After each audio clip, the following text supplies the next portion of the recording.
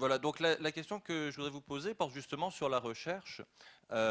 Nous accueillons à l'IAEDEX des étudiants qui sont pakistanais, qui écrivent des thèses en anglais, en gestion des ressources humaines, et qui font d'ailleurs leurs entretiens en ourdou, qu'ils traduisent ensuite en anglais, parce qu'évidemment, personne ne comprenant l'ourdou, à part les étudiants pakistanais entre eux, on fait des traductions en anglais.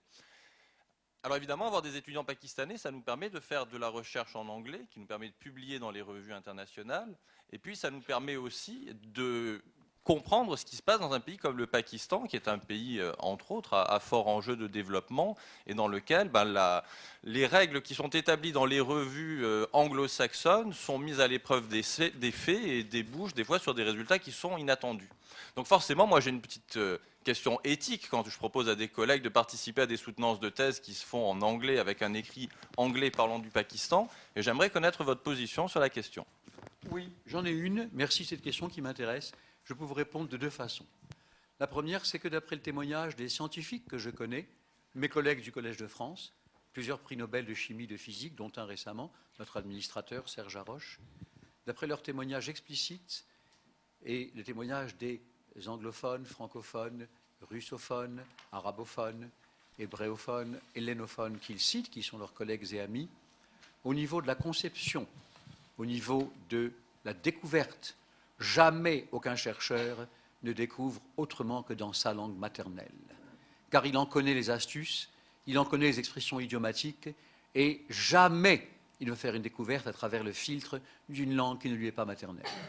Autre chose est de publier dans une revue anglophone de large diffusion, comme nous le faisons nous tous, sous la pression, j'espère et je crois provisoire, mais encore existante, des grandes revues anglophones. C'est la première chose. Quant à la deuxième chose, c'est quelque chose que les gens ne savent souvent pas, que j'écris dans Contre la pensée unique. Lorsque l'on est publié par une revue anglophone, très souvent, on traite des thématiques qui sont celles des chercheurs de l'équipe du comité de lecture, c'est-à-dire qui sont à la mode et qui sont ce sur quoi on travaille.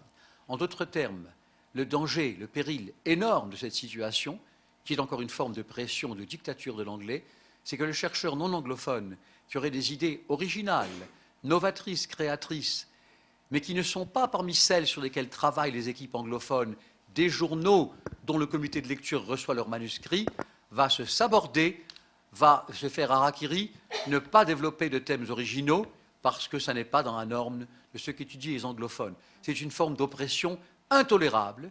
Interrogez, vous êtes vous-même pakistanais?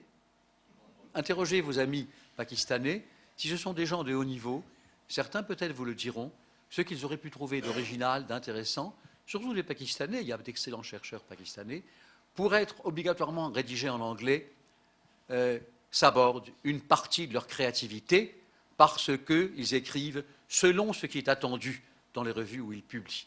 Cette deuxième caractéristique me paraît très grave et elle fait partie des raisons pour lesquelles je suis très fortement opposé à cette situation dont je suis victime moi-même, mais qui pourrait ne pas durer si longtemps.